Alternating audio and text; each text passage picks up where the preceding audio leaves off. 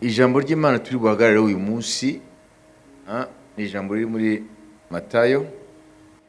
Bageze mu bantu, umuntu araza aramwegera, aramupfukamira, aramubwira ati, Mwami, babarira umuhungu wanjye kuko arwaye igicuri. Kiramubabaza cyane kuko kenshi cyane kimutura mu muriro no mu mazi. Namuzaniye abigishwa bawe ntibabasha kumukiza. Yesu aramusubiza ati, yemwe bantu b'iki gihe biyobagiza batizera, nzageza he kubana namwe? Nzabihanganira kugeza ryari? Nimumunzanire hano.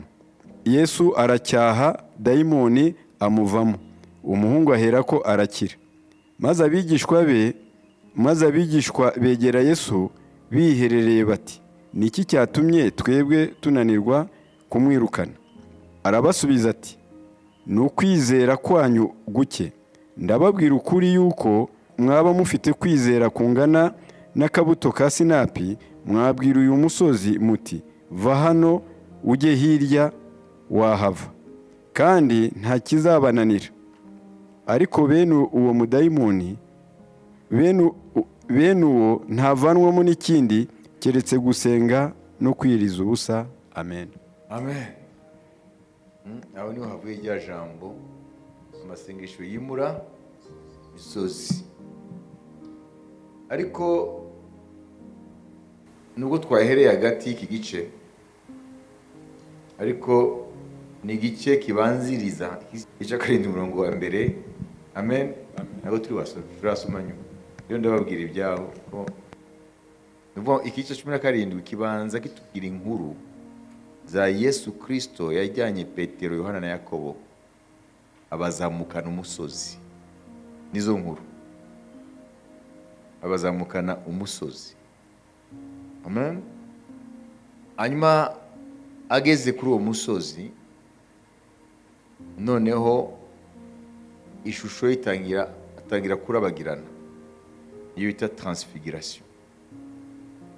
Baratubwira ngo mu maso ye harabagirana kurusha uko izuba ricyanye, n'imyenda ye byose. Bivuga ngo aboneka mu bwiza. Hanyuma Luka akahita atubwira ngo hahise haboneka n'abandi bagabo babiri, iburyo n'ibumoso. Luka agatubwira n'amazina, n'abagabo bo mu isezerano rya kera, ni Mose na Eliya. Bahita baboneka, umwe iburyo undi ibumoso, muri ubwo bwiza. Mose uhagarariye amategeko, Eliya uhagarariye abahanuzi. Bari baravugana iby'urugendo rwo kugera Yerusalemu n'umurimo utegereje. Ijambo rimwe, Golgota, umusaraba. Hanyuma kubera ba Petero bacanganyikiwe, babonye ubwo bwiza, amen, bikubita hasi. Ibyo ubwo ntabwo bari kwihanganira ubwo bwiza, kuko ubwiza bw'umwami turi mu mubiri wa kimuntu ntabwo tubasha kubureba. Reka twasome kugira ngo aha niho hashingiye ku byo tuza kuvuga byose uyu munsi. Nubwo turi bujye mu bindi bice, mu yindi mirongo, ariko niyo jambo nyamukuru, niyo fondement, niyo fondation, n'umusingi ibyo tuvuga uyu munsi. Umurongo wa mbere tugeze ku murongo wa 13. Iminsi 6 ishize, Yesu ajyana Petero na Yakobo na Yohana mwene se, bajyana mu mpinga y'umusozi muremure bonyine. Ahindurirwa imbere yabo, mu maso he harabagirana nk'izuba, imyenda ye yera nk'umucyo. Maze Mose na Eliya barababonekera, bavugana nawe. Petero abwira Yesu ati, Mwami, ni byiza ubwo turi hano, nushaka ndaca ingando 3 hano, imwe yawe, indi ya Mose, indi ya Eliya. Akibivuga, igicu kirabakingiriza, ijwi rikivugiramo riti, nguyu umwana wanjye nkunda nkamwishimira, mumwumvire. Abigishwa babyumvise bikubita hasi bubamye, baratinya cyane. Yesu arabegera, abakoraho, arababwira ati, nimuhaguruke mwitinya. Bubura amaso ntibagira undi babona keretse Yesu wenyine. Bakimanuka umusozi, Yesu arabihanangiriza ati, ntihagire umuntu mubwira ibyo mweretswe, kugeza aho Umwana w'umuntu azazukira. Abigishwa be baramubaza bati, ni iki gituma abanditsi bavuga bati, Eliya akwiriye kubanza kuza? Arabasubiza ati, ni ukuri ko Eliya akwiriye kubanza kuza, akagarura byose akabitunganya. Ariko ndababwira yuko Eliya yaje ntibabimenya, ahubwo bamugira uko bashaka. N'Umwana w'umuntu niko bazamugira. Nuko abigishwa bamenya yuko ababwiye ibya Yohana Umubatiza. Amen. Rero Umwami Yesu yajyanye Petero na Yohana na Yakobo umusozi muremure. Iyo yavuze umusozi muremure, umusozi nubwo batavuze izina ryawo hano witwa umusozi Tabor. Tuza kureba amateka y'uwo musozi mu Isano rya kera. Witwa umusozi Tabor. Tabor. Mount Tabor. Tabor. Amen. Le Mont Tabor. Niko witwa. Umusozi uri i Galilaya. Tuza kubanya kuvuga uwo musozi. Hanyuma atangira kurabagirana. Ishusho ye irahinduka nk'izuba iyo ricanye, n'imyenda ye nuko.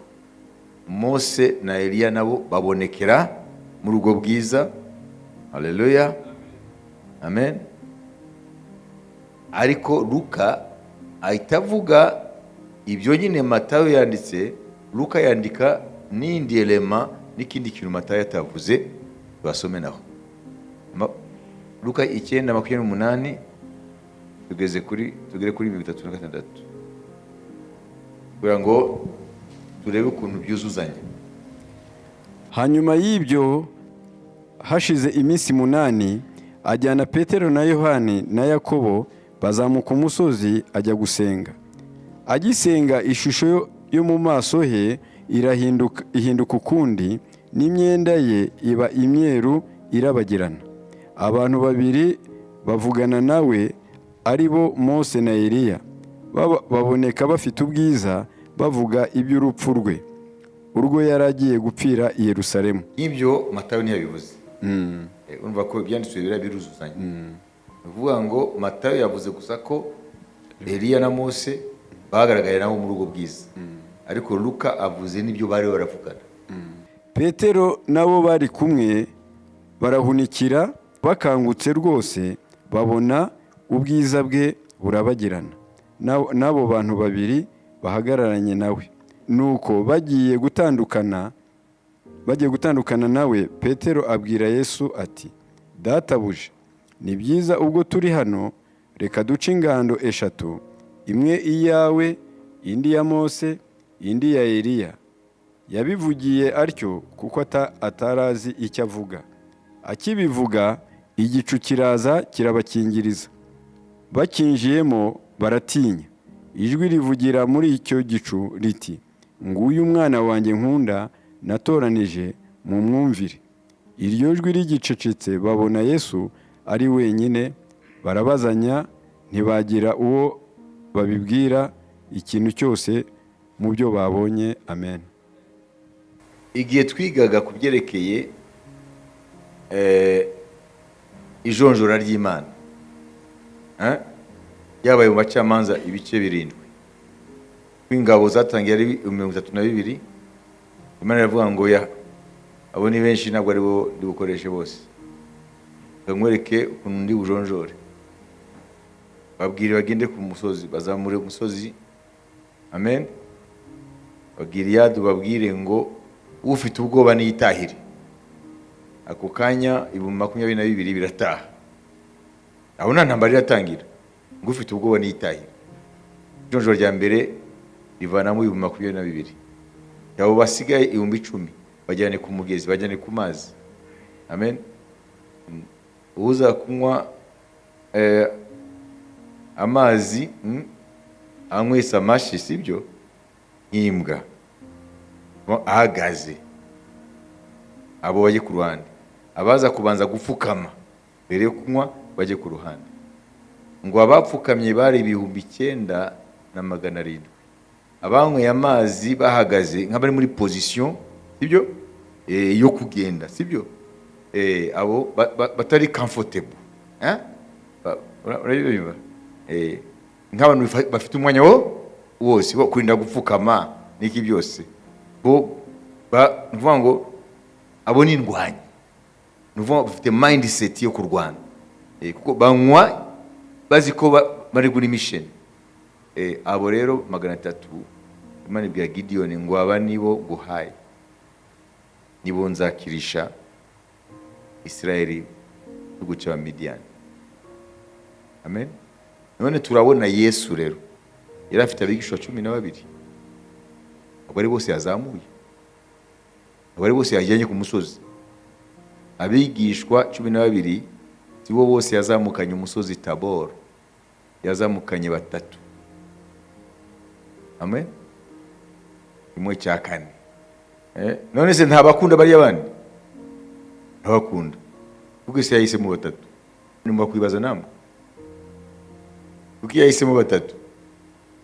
Ari abantu mu Bagalatiya biswe ngo inkingi z'itorero, mu ba Petero basomye.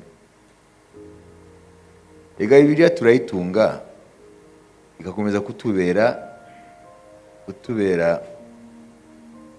étrangère. Umurongo wa mbere tugeze ku kabiri. Hashize imyaka 14 nsubira kuzamuka nge i Yerusalemu, ndi kumwe na Barunaba, njyana na Tito, njyanyweyo n'ibyo nahishuriwe. Nuko mbasobanurira ubutumwa bwiza mbwiriza mu banyamahanga. Icyakora mbusobanurira abakuru bashimwa twiherereye, ngo ntirukire ubusa, cyangwa ngo mbe narirukanye ubusa. Ariko abashimwa ko ari abakuru, uko bameraga kera, simbyitayeho, kuko ku bwanjye byose bimpwaniye. Imana ntirobanura abantu ku butoni. Abo bashimwa ntacyo banyongereyeho ku byo. None genda ku murongo wa 2:9. Umurongo wa 2 ibice 2 ku murongo wa 9. Nuko bamaze kumenya ubuntu nahawe, abo mvuga ni Yakobo na Kefa na Yohana, abashimwa ko ari inkingi. Abashimwa ko bari inkingi. Ninde wagize inkingi? Intumwa ntabwo bari abo 3 gusa. Zari intumwa 12, uvanyemo Yuda yagiye kwimanika akaza gusimburwa. Amen. Nundi ariko tubonye ko Yesu yazamukanye abantu 3, yazamukanye Petero n'abavandimwe 2, Yohana na Yakobo. Ariko Yakobo yaje kwicishwa inkota na Herode. Uyu Yakobo avuga hano ni mwene nyina wa Yesu. Amen. Haleluya. Ko aramuvuga hariya 19, rimwe 19 aravuga uyu Yakobo ari we. Cyo kimwe na Yuda, agatabo kayo Yuda bavukana na Yesu. Ariko mu zindi ntumwa nta wundi nabonye keretse Yakobo mwene nyina w'umwami Yesu. Nuko muri icyo gihe umwami Herode afatira abo mu itorero bamwe kubagirira nabi, yicisha Yakobo inkota mwene se wa Yohana. Ushaka gumeho wanyumvise? Uriya Yakobo yabonye ubwiza bw'Imana ku musozi hamwe n'umuvandimwe Yohana bari kumwe na Petero. We ntabwo yakomeje urugendo kuko itorero rimaze kuvuka, Herode yaramwishe. Uyu Yakobo uvugwa rero nonaha umuvandimwe wa Yesu kuri nyina. Ikindi twabonye ko Yesu yahamagaye abigishwa 12 abahindura intumwa ze, harimo na Yuda. Ariko Yuda muzi ko mu nyuma yaje guhemuka agambanira umwami, amaze gugambanira umwami yahise ajya kwimanika. Noneho mu mwanya we asimbuzwa witwa Matiyasi. Byakozwe n'intumwa 1:26. Yuda asimbuzwa Matiyasi. Bagabo bene data, ibyanditswe byari bikwiriye gusohora, ibyo Umwuka Wera yahanuriye mu kanwa ka Dawidi kuri Yuda wayoboye abafashe Yesu, kuko yari yarabaranywe natwe agahabwa umugabane w'uyu murimo. Kandi uwo muntu amaze kugura isambu ku byo yahawe igihembo cyo gukiranirwa kwe, agwa yubamye araturika, amara ye yose arataraka, bimenyekana mu batuye Yerusalemu bose. Nicyo cyatumye iyo sambu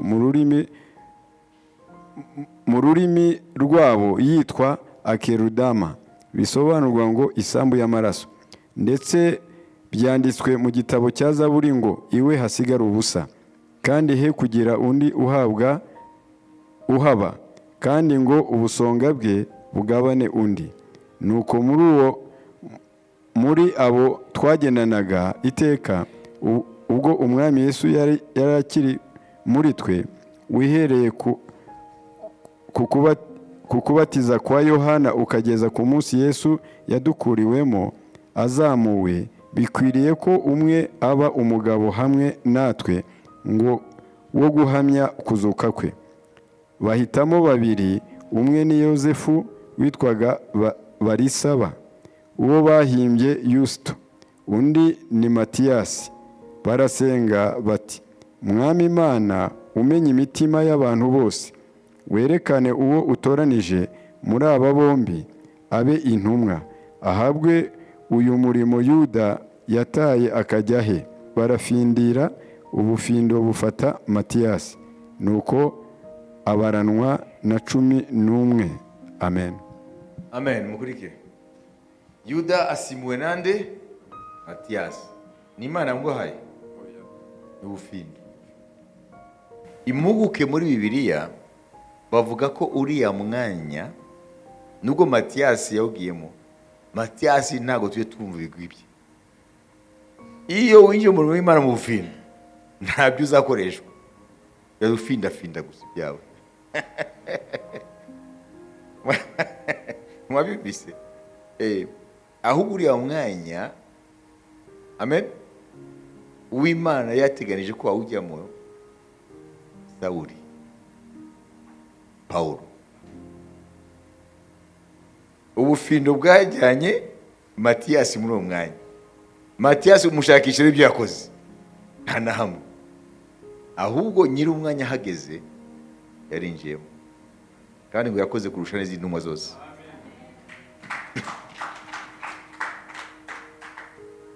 Rero muzajye mufinda. Abantu benshi mu murimo urabaza bo winjiyemo gute? Ntibazi nawe ko binjiye mu murimo. Ko iyo uri mu murimo utazi ufite rema y'Imana ko ariyo yakwinjira mu murimo, uzajya ufinda gusa, teka imitwe. Wabyumvise?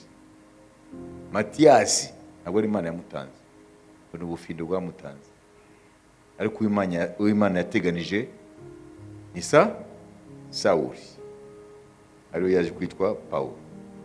None rero ku musozi Tabor niho Yesu yavugiye amagambo kuri buhagarare uyu munsi muri inyigisho yacu, masengesho yimura imisozi.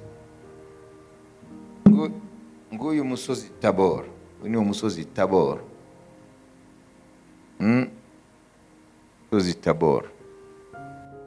Uyu musozi Tabor tuvuga amateka yawo mu magambo make kugira ngo bimenye.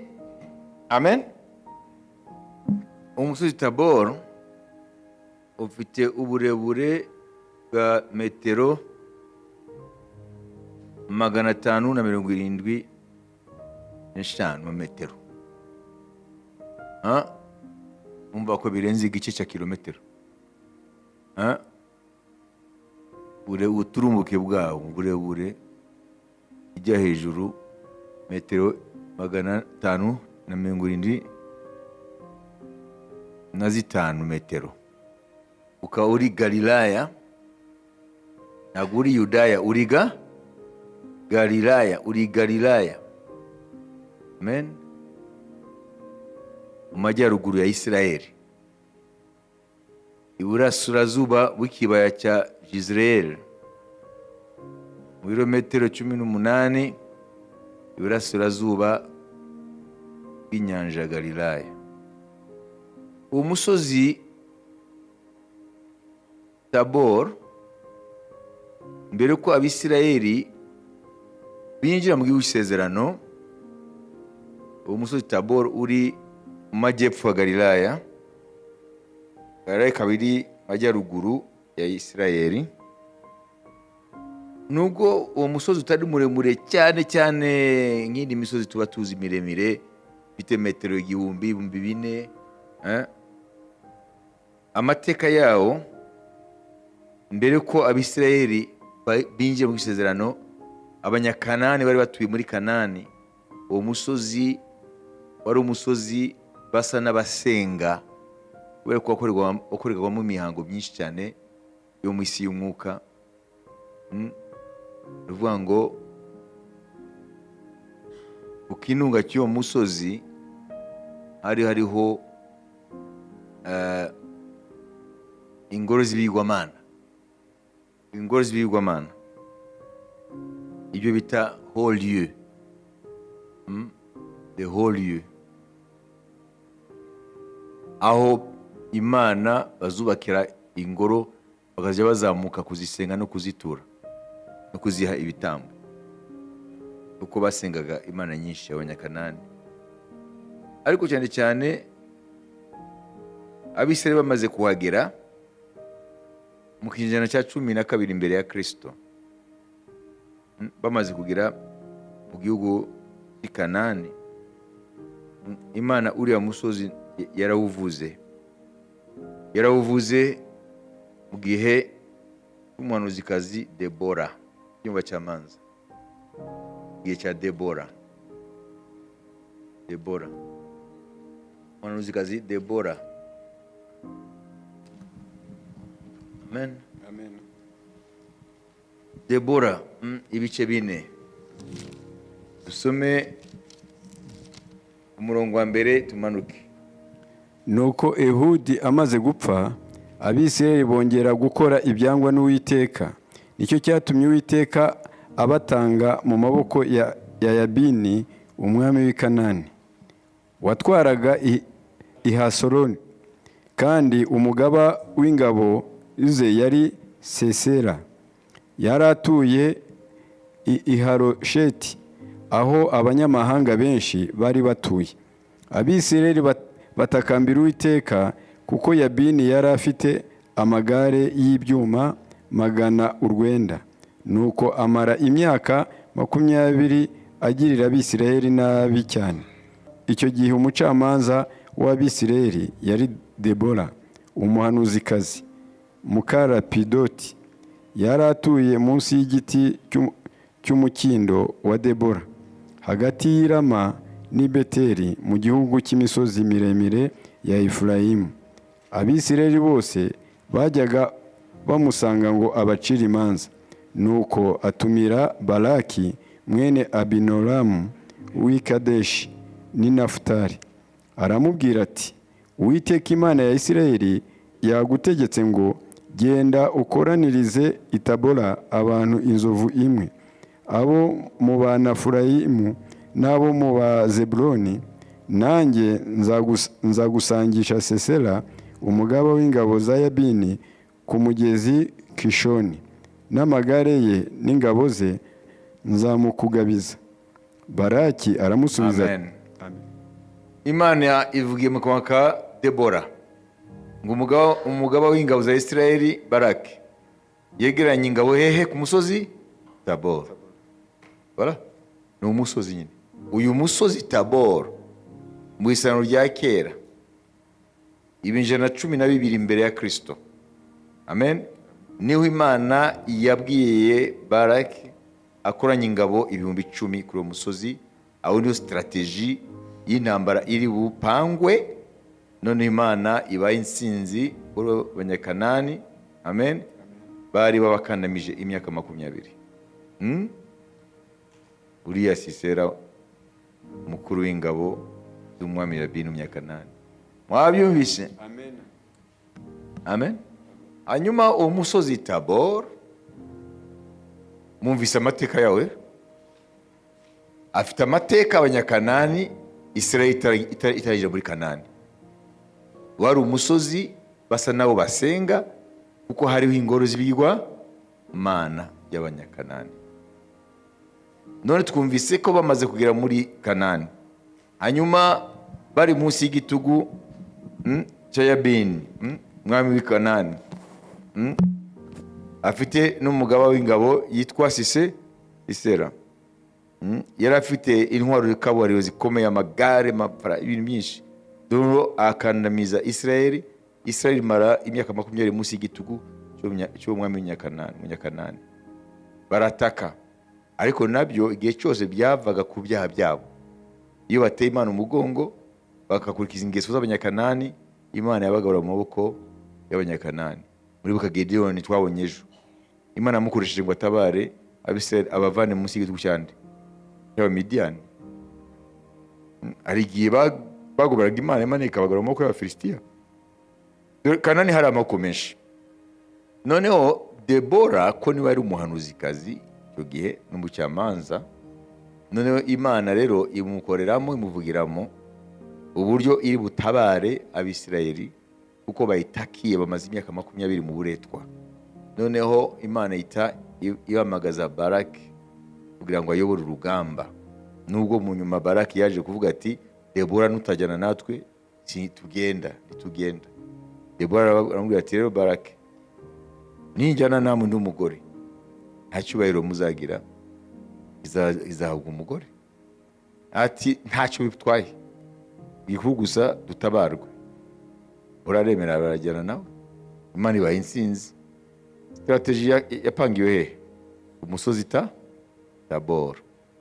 Yamukinywana ni Tabor. Umusozi Tabor. Umuntu mvise amateka y'uwo musozi? Amen. Niho Imana yapangiye strategy yo gutabara Abisirayeli ibakiza amaboko ya Yabini umwami w'Ikanani. Wari ukomeye, ufite amaboko, ufite ibikoresho by'intambara bikomeye cyane. Imana ishimwe. Uwo musozi Tabor nyine niwo Yesu nyuma y'imyaka isaga 1000, sibyo? Niho yazamuye Petero na Yohana kugeza murabyumva. Kuko kenshi abavuga butumwa kuko bamwe badafite ubumenyi bwo kumenya ibyekeye amateka, background y'ibintu n'ahantu. Numva rero baza kubwira gusa ibyanditswe mu Isezerano Rishya ngo nuko rero umwami Yesu azamukana umusozi n'abigisha, ariko ntibazi amateka yawo kuko umwami yahisemo uwo musozi. Amen. Haleluya. Kuko yahisemo uwo musozi. Umusozi ufite amateka y'iby'umwuka. Amen. Kuko wakorewemo imihango myinshi y'abadayimoni. Haleluya. None umunsi uwo musozi uragendwa. Iyo ugiye muri Israeli mu rugendo rwo kugenda kugira ngo uvisite cyangwa usure ahantu nyaburanga, ntushobora kuva muri Israeli umugide atakugejeje ku musozi Tabor. Umusozi Tabor n'ubu uracyagendwa cyane n'abapelere n'abantu bava hirya no hino ku isi kubera amateka awuvugwaho kubyerekeye Yesu ko ariho yazamutse na Petero na Yohana Yakobo, hanyuma akagaragaza ubwiza bwe. Kuvuga ngo ahantu uzagenda muri Israeli hose mu bijyanye n'urukerarugendo rujyanye n'amateka Bibiliya, Tabor ni ngombwa bazakujyana. twebwe twazamukanye n'imodoka, ariko ba Yesu n'abigishwa bari bazamukanye n'amaguru. Hari imodoka ziraho zikora transport gusa yo kuvana ba mukerarugendo hasi zibageza ku mpinga y'umusozi. Hejuru hubatseho za kiliziya tengero. Wabibise wa Nigeria bitwa abakristo ba Nigeria ko bagenda muri Israel ari ibihumbi n'ibihumbi kubera facilité bahawe hagati ya Nigeria na Israel. Hari amasezerano yatumye abakristo benshi ba Nigeria bagendayo kenshi hariya bari nk'igitero. Ikibazo bafite rero nuko iyo bageze ku musozi Tabo baba bafite agapfunyika batwara ubutaka, bagera kuri Yorodani aho Yesu yabatijwe bagatwara ibidomoro by'amazi, bagera muri Nigeria bakabicuruza. Sont des idolâtres. Abakristo benshi ntabwo baramenya Bibiliya icyo ari cyo. Ibi ya gipagani barabijyanye no mu gakiza. Narabarebaga turi ku musozi Tabor ndavuga nti si ibintu biki. Yewe mbaha background kugira ngo mutahure neza ibyanditswe byera. Uro uzajya umenya rero, nugera hari uzamenya Tabor icyo ari cyo. Tabor umusano rya kera, Tabor umusano rishya. Umusano rya kera Tabor biziho iki? Uretse abanyakanani barafite ibigwamana byabo basenga kuri Tabor. Babonye Debora n'ingabo za Israeli ziyobowe na Barak. Imana yavuye ngo bakoranye 10,000 ku musozi Tabor. Okay? Nuvuga Imana ifite amateka ku musozi Tabor. Yesu nawe aje nyuma y'ibinyejana 12. Amen. Uhereye muri icyo gihe cya Debora, noneho azamura Petero, Yohana na Yakobo ku musozi Tabor. Aho niho uyu munsi rero ntago witwa gusa umusozi Tabor, witirwa icyo Yesu yahakoreye. Bawita le mont de la transfiguration, umusozi wo transfiguration, umusozi wo kurabagirana, niko bavuga, le mont de la transfiguration. Umva rero amanutse rero bimaze Petero na Yohana Yakobo bamaze kubona ubwiza bwe. Okay? Noneho baramanuka, bageze hasi bavuye ku musozi bahura n'imbaga y'abantu yari bategereje. Na niho harimo wa mugabo yari afite umwana w'igicuri. Bivuga ngo bamenye ko Yesu n'abigishwa be batatu bazamutse. Aho yagendaga barabaririzaga bakamukurikira kubera ingorane zabo. Barafite imisozi myinshi mu buzima. Amen. Noneho bamanutse bahura rero n'icyo kibazo rero. Niho twasomye mbere. Amen. Tugagaruke rero hariya kuri Matayo 17. Matayo 17. Dore ku murongo wa 14 ugeze ku murongo wa 21. Bageze mu bantu, umuntu araza aramwegera, aramupfukamira, aramubwira ati, Mwami, babarira umuhungu wanjye kuko arwaye igicuri. Kiramubabaza cyane kuko kenshi cyane kimutura mu muriro no mu mazi. Namuzaniye abigishwa bawe ntibabasha kumukiza. Yesu aramusubiza ati, Yemwe bantu b'iki gihe biyobagiza batizera, nzagezayo kubana namwe. Nzabihanganira kugeza ryari?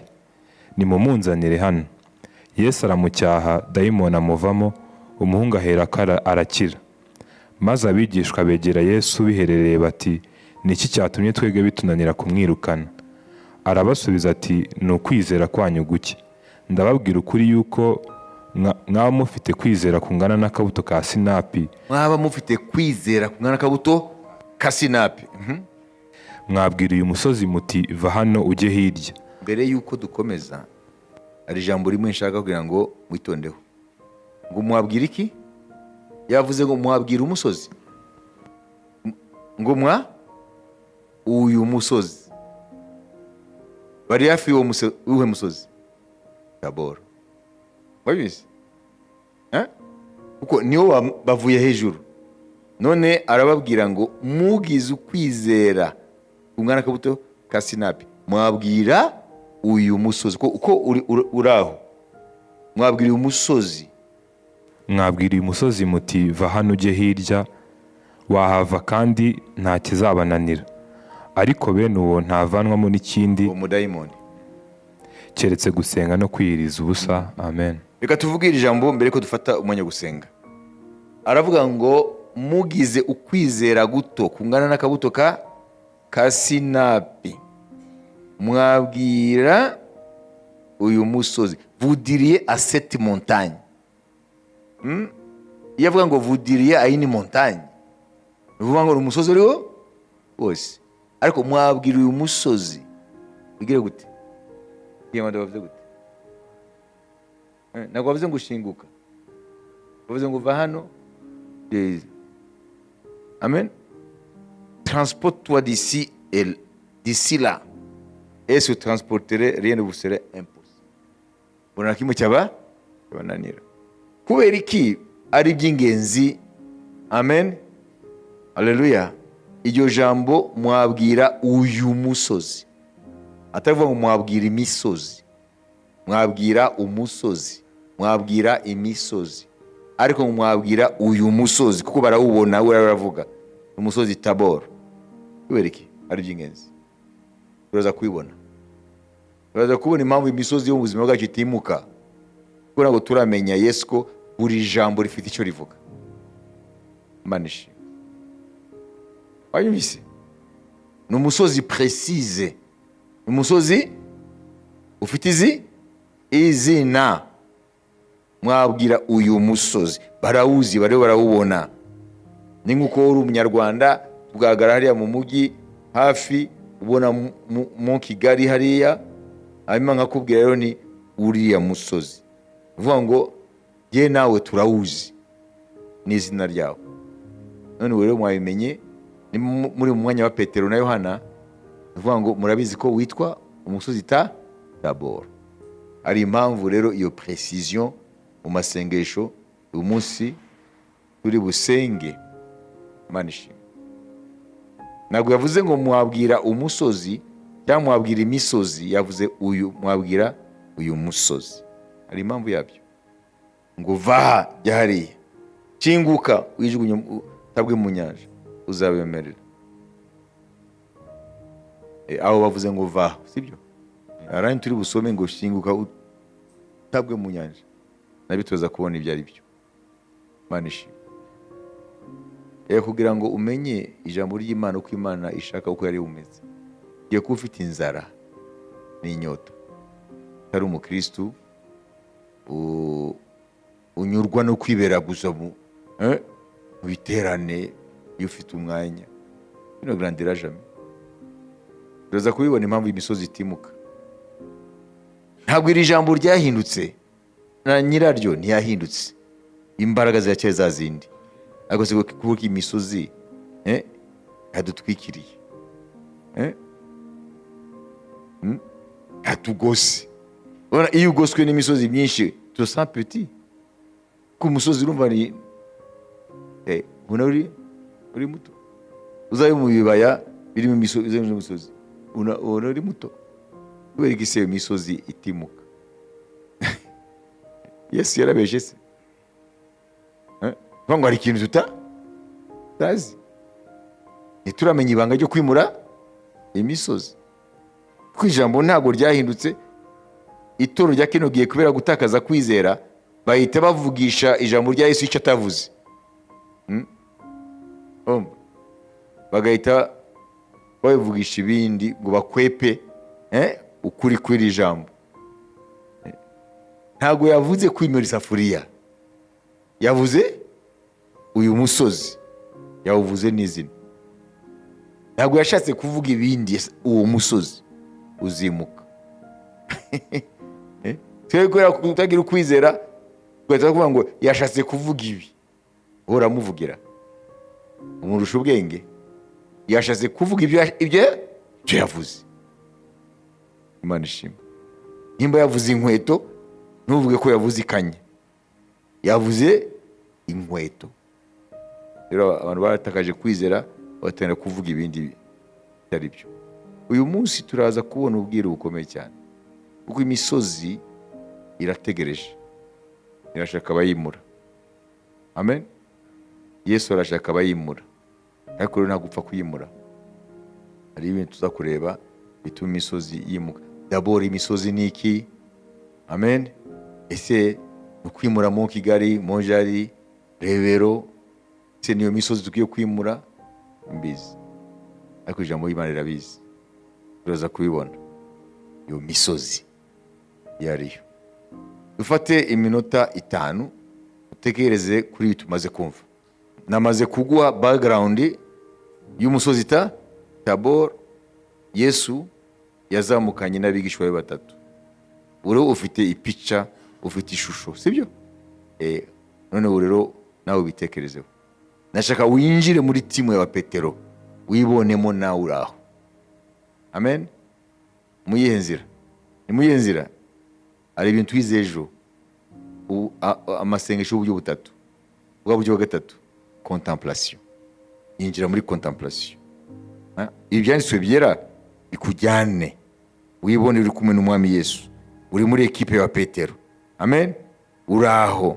Hanyuma iminota 5 turaza gukomeza. Contemplation twavuze kuyijyamo gute?